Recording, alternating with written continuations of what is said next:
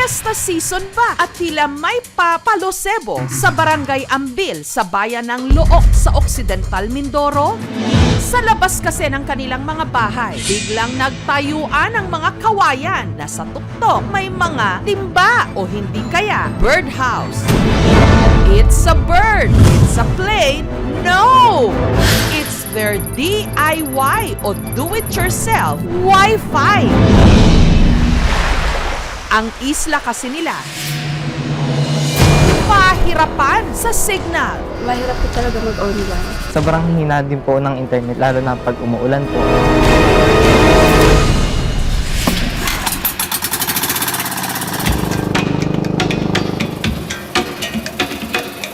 Mula Calatagan sa Batangas, 2 hanggang 3 oras na biyahe sa bangka bago marating ang Ambil Island. Pagdating pa lang sa Pantalan, ang cellphone signal naghihingalo na. Hanggang tuluyan na itong nawala. Perwisyo para sa mga residente rito. Gaya na lang sa online seller na si Maricel. Hindi po agad na-upload yung mga pictures. Hindi po agad kami nakakasagot ng inquiries ng mga customer. Minsan po makakancel na po yung order kasi sobrang tagal. Ang pagsagap nila ng internet signal, buwis buhay. Umakyat yung kapatid ko sa taas ng mangga. Sabi ko po, i-open niya po yung hotspot para kami kahit po nasa baba, kakaroon po rin kami ng data connection.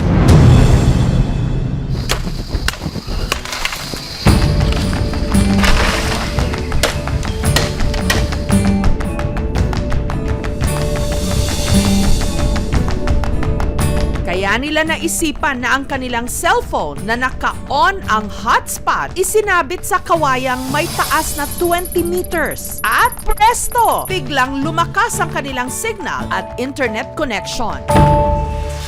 At para madali nila itong makuha, kung kailangan ng i-charge, ginamitan nila ito ng pulley. Naglalas naman po siya minsan maghapon. Either maggagamit po kami ng power bank or mag-aalat po kami ng charging time. Nung kumalat na effective ang kanilang ginawa, syempre ang mga kapitbahay gumaya. Ang iba, para hindi mabasa ang mga isinabit na cellphone, isinilid nila ito sa waterproof pouch. Dito na nga may gumamit ng mga timba, pantaklob sa kanilang mga telepono. Ang isa namang ito, mukhang masarap kasama sa group project sa eskwela. Ang kanyang DIY Wi-Fi, pinagmukhang birdhouse. Malaking tulong ito kasi nakakausap namin yung aming mga kabag-anak na sa ibang lugar. Napakalaking bagay para sa amin dito, lalo na sa mga mag-aaral namin, sa mga estudyante. May cell site naman daw talaga sa bayan ng Look. Pero dahil sa lokasyon ng Ambil Island na nasa likod ng mainland, madalas ditong dead spot ang nasasagap nilang signal galing pa sa katapat nitong isla sa Batangas. Sa oras nga po ng magkaroon ng emergency, talagang wala kami magagawa. Talagang may magkasacrifice na pumunta ng bundok kasi doon nga po may signal. Ang kawalan ng signal ang madalas pag-awayan ni Glidel May signal eh. at ng kanyang ka-LDR o long distance relationship na nobyo na isang seaman. Sobrang hirap po kasi po, minsan gusto mong makausap pa, lalo na kung time na yung sobrang miss nyo na yung isa't isa, yung signal, naglolo ko. Dahil madalas itong nasa laot, tuwing 3 buwan lang daw sila nagkakausap. Kaya si Glidel, kinakailangan pang mag-direct para lang maka-video call.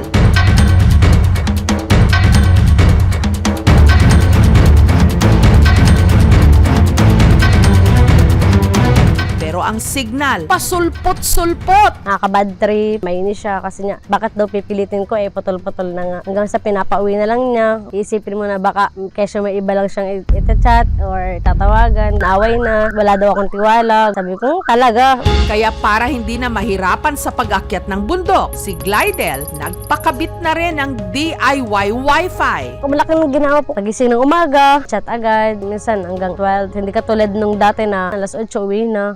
Sa paglakas ng signal sa bayan, lumakas din pati bentahan ng cellphone at load. Nakikiusap po sila sa akin na kung pwede po ay hulugan. Minsan po hanggang 6 months. Ang estudyante namang si Jane, kinakailangan pang tumambay noon sa dalampasigan para lang maka-attend ng online class. Inaabot po ako minsan ng hanggang gabi po. May dumating pa nga sa time po na talagang na-curfew po ako. So di po ako talaga nakakapag-participate ng maayos sa class. Malaki po yung naging epekto po niya sa grades ko po. May mga subjects po na naiwan na kailangan balikan ulit this term. Kaya nagpatayo na rin si Jay ng kanyang DIY Wi-Fi. Jenja May Vianya Talaylay po, ma'am. Present po. May time po talaga na malakas, may time na mahina, inconsistent po. Paano kung ganito pa rin po yung situation, baka i-failed ko na naman po yung mga subjects na yun. Bumabagal pa rin po, pero kumpara po talaga dun sa dati naming sitwasyon, mas okay po yung ganito. Lahat ng bagay na naka-elevate, vulnerable din sa lightning strike. Ang gawin natin, provide a network or cellular booster. Ang purpose na is ihigupin yung signal at ibabato niya sa baba. Sana magkaroon na po kami ng permanent signal. Malaking bagay po ang magkaroon kami ng sariling tower. Kasi sa panahon po ngayon, puro internet ang pinapairal. Gayunpaman, ang lokal na pamahalaan ng Loo, ipinaabot na rin ang problema ng Ambil Island sa kanilang network providers para naman hindi laging para-paraan. So mayroon tayong telephone company na maglalapag ng isang submarine cable ng fiber optics from Nasugbo papunta dito sa bayan ng Loo. Mayroon ding panibagong telco na patuloy din yung paghahanap po na posibleng pagtayuan ng mga cell site nila. Sa panahon ngayon, hindi lang dapat katawan ang strong, pati syempre, internet connection.